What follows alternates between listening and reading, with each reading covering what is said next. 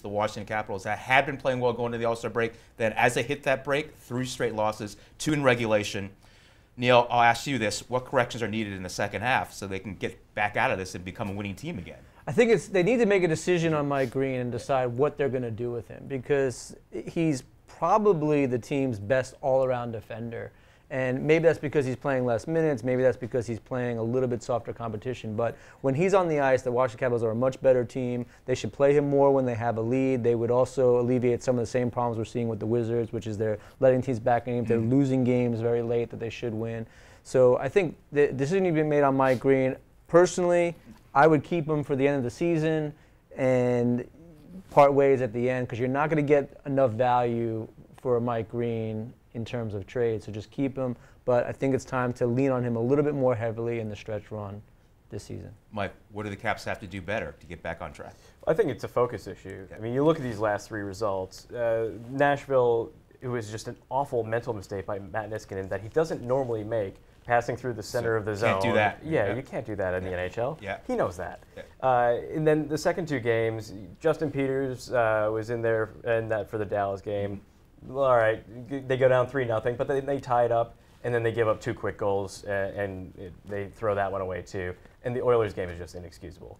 A 2-goal lead against the worst team in the Western Conference, who is just scraping by with no kind of momentum, and this is the second time they've lost to them this year. Yeah. I mean, to me, that speaks of mental fortitude more than anything else. As I mentioned off camera, that's equate that to the Wizards losing to the Knicks, right? I mean, that would be something you'd look at and say, how did that happen? But Dan, what do you think the Caps need to do better going forward? Yeah, you know, we talked about this a little bit before. Like, neither the Nashville game nor the Dallas game really concern me that much.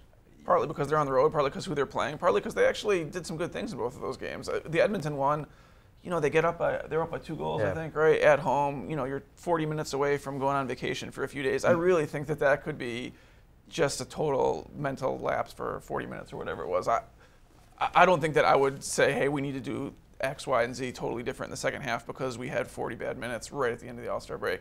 If it continues, you know, after the break, that's a different story. But I would say do what you did for the last month and you'll probably be okay. Well, Carl Osner actually addressed that in Alex Pruitt's story, and he said, we want to go back, forget about those losses, and remember how good we were playing before that. It was a good hockey team. It was fun to play and fun to watch. I think we have a good shot here. Neil, does that about sum up what you think the Caps are about right now? Yeah, they're a very good hockey team. I mean, they're a playoff caliber hockey team. I don't know if they're a cup caliber hockey team, but they're certainly a playoff caliber hockey team. They have all the pieces that they need in broad strokes, right? I mean, they have a solid goaltender. They have depth on the blue line.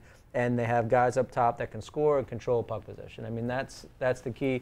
There are a couple pieces away. I'd like to see a second-line center come in. That's tough to come by. Yeah. But for the first time in a long time, they're not worrying about the defense. They're not worrying about the goaltender or the defense, so they can perhaps focus on getting that missing piece in the top 6 that helps them bring them to the next level. But this is a good hockey team. There's a lot to like about what they're doing right now.